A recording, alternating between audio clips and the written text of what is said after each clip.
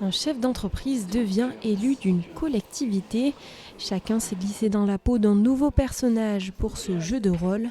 Le but, résoudre des défis énergétiques en coopération sur une zone d'activité virtuelle. Et donc ce qu'on va leur demander, c'est de rentrer dans ce personnage pour qu'ils puissent, par le jeu, identifier quels sont les critères de réussite de la coopération en zone d'activité. Ce qu'on veut, c'est qu'ils puissent à un moment donné toucher du bout du doigt qu'est-ce qu'il faut faire pour que des projets un peu compliqués, un peu de temps long, trouvent du sens à l'échelle des activités d'entreprise, aux zones d'activité, et qu'on améliore, en l'occurrence aujourd'hui, le sujet de la prise en compte du sujet énergétique. Les entreprises représentent 35% des consommations d'énergie en Vendée et 15% des émissions de gaz à effet de serre.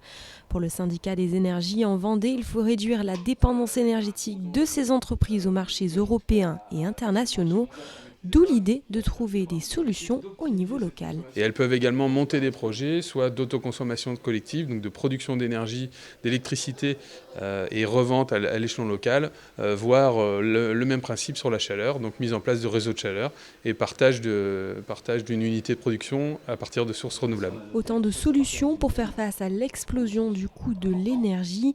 Depuis 2023, la communauté de communes du pays de Mortagne accompagne les entreprises et crée des rencontres. Ce qu'il faut, c'est renouer entre guillemets ces deux facteurs-là pour qu'on soit gagnant-gagnant. C'est-à-dire que le producteur qui va avoir une possibilité de produire une énergie, elle puisse le transmettre directement à une autre entreprise voisine, proche, peut-être qu'ils ne se connaissent pas. Et nous, on va essayer justement d'être là pour être ce petit coup de pouce qui va les amener à voir peut-être autrement comment on peut prévoir l'avenir. Coopérer en zone d'activité, c'est donc avant tout favoriser la transition énergétique au niveau très local.